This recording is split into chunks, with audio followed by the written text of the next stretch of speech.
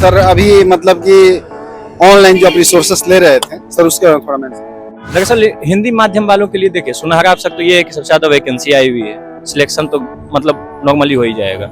लेकिन हमें कुछ गलतियों से बचना हो सकता है, तो हमें संभावनाओं पे काम करना होता है ना। किसी गारंटी कोई थोड़ी नहीं दे सकता है, लेकिन संभावनाओं पे काम करते हैं जो वही सक्सेस होते हैं। देखिए आज तक हम ज्यादा PYQ पढ़े नहीं है, हमारी एकदम रणनीति जो रहती है ना परफेक्ट वाली होती है।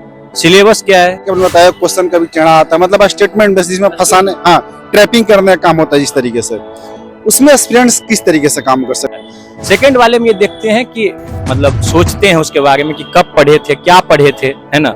माइंड में कुछ याद आ रहा है तो वैसे क्या होता है कि हमारे माइंड में याद आ जाता है पिछला पढ़ा हुआ। और जो पढ़े ही नहीं है तो उसका तुक्का लगाने का कोई फायदा नहीं है। निगेटिव है ना, 2 नंबर 5 नंबर से छटने वाले बस निगेटिव से बचें और क्वेश्चन ज्यादा अटेम्प्ट करने से भी बचें। और लेकिन नैनोटेक, रोबोटेक, बायोटेक ये सब तो कॉमन है ना मेंस के स्तर पे। तो उसके लिए मेंस की 65 जो विजन IAS का आता है ना, आप उसे पढ़ लेंगे पर्याप्त, एकदम आपके पास कंटेंट मिल जाएगा। नमस्कार दोस्तों, स्वागत है आप सबका एक और इंस्पायरिंग और इन्फॉर्मेटिव वीडियो में। भी हमारे साथ नीतीश पाठक सर है। वही नीतीश पाठक सर जो कि 68 BPSC के हिंदी मीडियम में टॉपर हैं 36th रैंक के साथ। सर आज फिर से इंटरव्यू दिए हैं 69th BPSC में। तो सर अभी इंटरव्यू देकर बाहर निकले हैं, तो सर से जानेंगे कि सर का कैसा इंटरव्यू एक्सपीरियंस रहा। इसके अलावा आप सभी हिंदी मीडियम को जो भी डाउट होंगे, जो भी छोटे छोटे डाउट्स आप कमेंट्स पूछते हैं, अब इनसे बेहतर कोई नहीं होगा हिंदी मीडियम में एक्सप्लेन करने के लिए, जो आप सब डिमांड करते हैं, क्योंकि टॉपर है 68 के हिंदी मीडियम के। तो सर से जानेंगे कि आप किस तरीके से 78th और 71st BPSC के लिए प्रिपरेशन कर सकते हैं और किस तरीके से अपनी जर्नी को यहाँ मुकाम तक पहुँचा सकते हैं। सर सबसे पहले एक बार फिर से कॉन्ग्रेचुलेसन। सर थोड़ा सर बताएं अपने बारे में।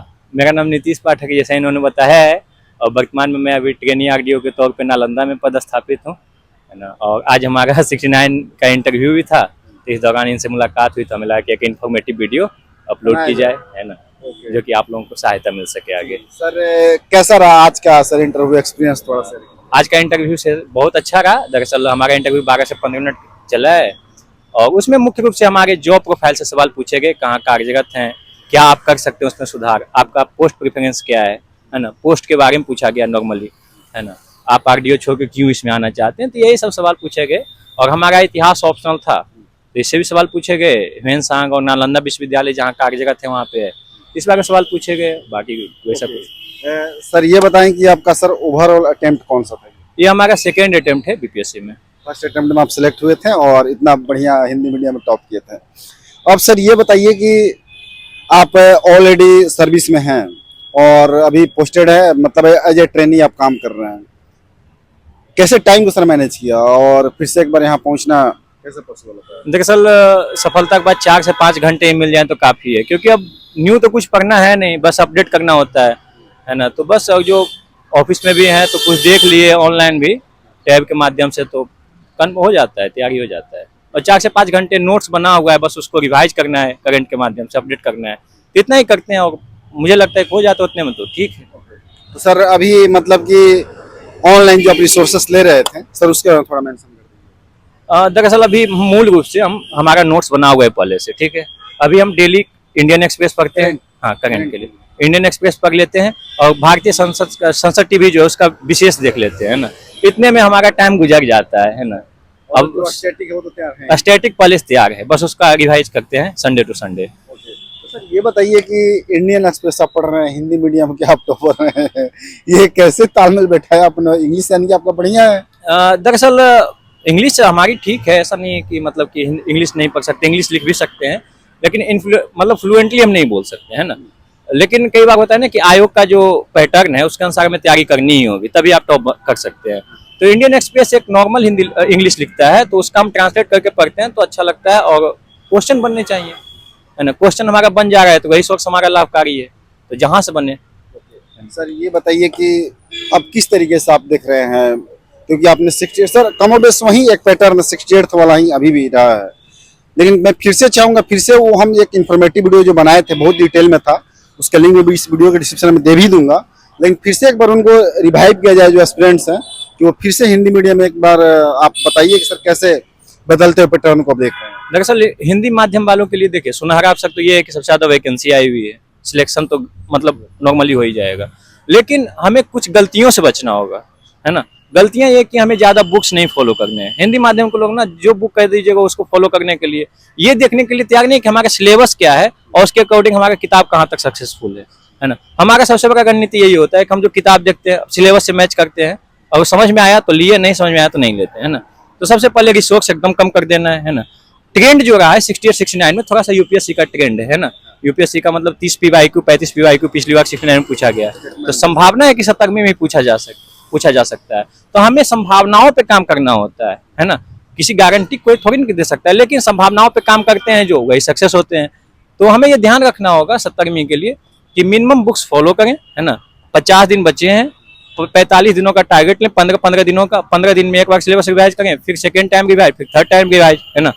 और 50 दिनों में मतलब हो सकता है आराम से पीटी हो सकता है, कोई दिक्कत नहीं है। सर करेंट अफेयर के लिए सर स्टूडेंट्स कैसे काम करें, क्योंकि आपने ऐसा बताया कि आप इंडियन एक्सप्रेस और संसद टीवी देख लेते में काम हो जाता है, लेकिन बहुत सारे जो एस्पिरेंट्स हैं वो करंट अफेयर पे उनका उतना बढ़िया कमांड नहीं होता, खुद को अप टू डेट नहीं रखते हैं। तो कुछ ऐसा क्रिस्प टाइप का सर हो तो इन्हें सजेस्ट करें। देखिए हिंदी माध्यम का वालों के लिए एडिटोरिया वार्षिकी आप पढ़ लेंगे तो बेहतर होगा, क्योंकि उसमें न्यूज़पेपर का भी कटिंग होता है। मतलब अपवाद स्वरूप अगर आपको अच्छे से पढ़ना है तो आप इंडियन एक्सप्रेस पढ़िए ना, थोड़ा सा क्या दिक्कत है। हाँ मतलब सर किसी का इंग्लिश एकदम खराब हो तो हाँ, तो ये एडिटोरिया का वार्षिकी आता है हिंदी माध्यम में, वो काफी है उसके लिए। हिंदी मीडियम के कोई पेपर नहीं जो स्टैंडर्ड का है उसका? मुझे तो नहीं लगता। आज तो इंटरव्यू के लिए हम पढ़ गए थे हिंदी माध्यम का पेपर, तो कुछ समझ में नहीं आया। कोई पूछ 5 न्यूज बता दीजिए तो हमें तो समझ में नहीं आया। हाँ, तो फिर हमें इंडियन एक्सप्रेस पढ़ना पड़ा फिर। सर का चैनल भी है टेलीग्राम का, जहाँ पे सर गाइड करते हैं, तो डिस्क्रिप्शन में उसका भी लिंक मैं दे दूंगा, वहाँ पे जाके आप सर से कनेक्ट हो सकते हैं। वहाँ पे सर काफी डिटेल में और बड़ा ही मीनिंगफुल सारी चीज देते रहते हैं।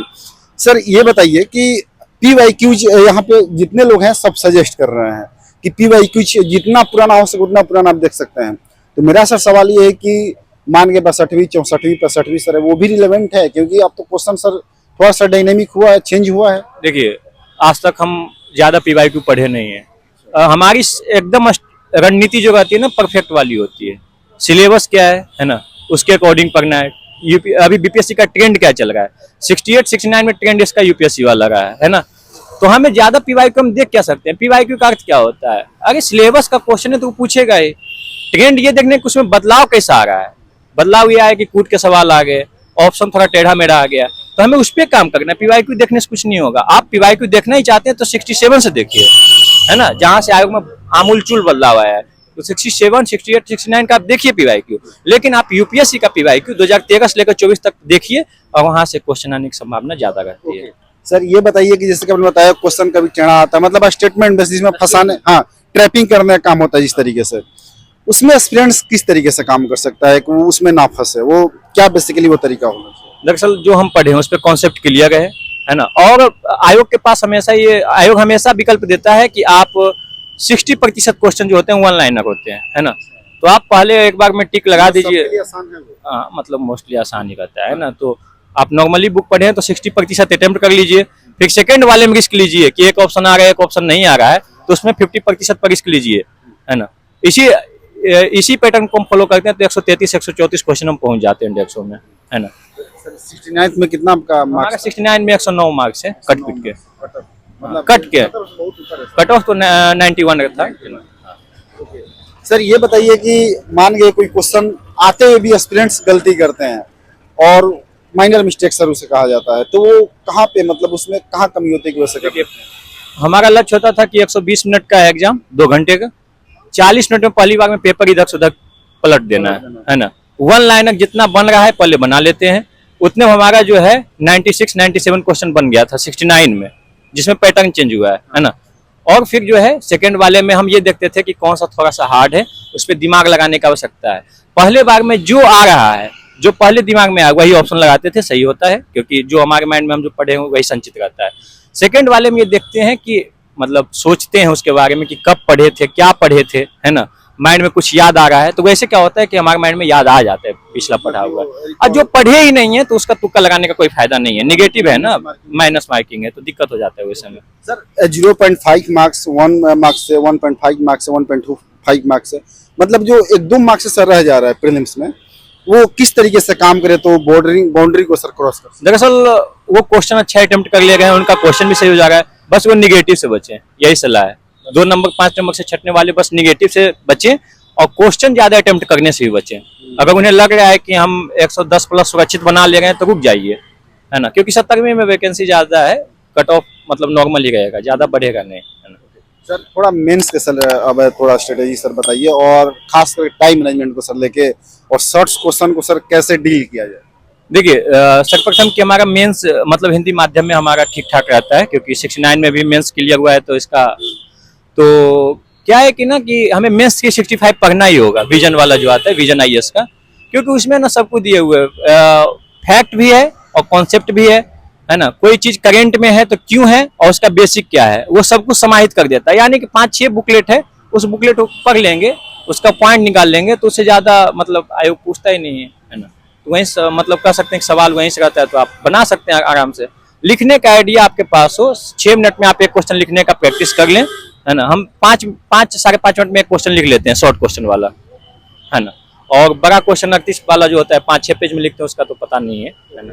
सर 71st के जो एस्पिरेंट है अभी, तो उसमें सर बहुत टाइम है, अभी से क्या करे कि वो उनका जैसे किसी का फर्स्ट अटेम्प्ट हो वो मतलब क्रैक कर सके, उनके लिए क्या रणनीति है? 71st वाले अभी जो है मूल रूप से एनसीईआरटी पढ़े, है ना। एनसीईआरटी ज्यादा पढ़े नहीं, बट ज्योग्राफी हिस्ट्री का पढ़ लें, है ना, साइंस का पढ़ें, और साथ में ट्रेंड एनालिसिस देखें पीवाईक्यू का, और current affairs daily Indian express पढ़ने की आदत डालें, है ना। बस इतना ही करें, अभी वो ज्यादा कुछ करने की जरूरत नहीं है। इतना ही करते चलेंगे, 4-5 महीने बाद उनके कॉन्फिडेंट में आ जाएगा सिलेबस में है क्या क्या पूछा जा रहा है, उसके बाद वो स्टैंडर्ड बुक पढ़ेंगे तो बढ़िया रहेगा। ओके सर, लास्ट सवाल आपसे मैं ये करूंगा कि जो हिंदी मीडियम वाले सर एस्पिरेंट है उनका साइंस टेक्स्ट सर काफी वीक होता है, जो उनका बैकग्राउंड भी कहीं ना कहीं आर्ट्स ह्यूमैनिटी का ही होता है, उसको सर कैसे अच्छा करें साइंस टेक वाले पर? देखिए हमने तो क्लास किया था, है ना, सच्चाई छुपनी नहीं चाहिए, लेकिन क्लास करने के बाद क्या होता है ना कि साइंस टेक्नोलॉजी वाला जो पार्ट होता है ना वो करंट अपडेटेड होता है ना। क्या बहुत सारे, हाँ, और लेकिन नैनोटेक, रोबोटेक, बायोटेक ये सब तो कॉमन है ना, मेंस के स्तर पे। तो उसके लिए मेंस की 65 जो विजन आईएएस का आता है ना, आप उसे पढ़ लेंगे, पर्याप्त एकदम आपके पास कंटेंट मिल जाएगा।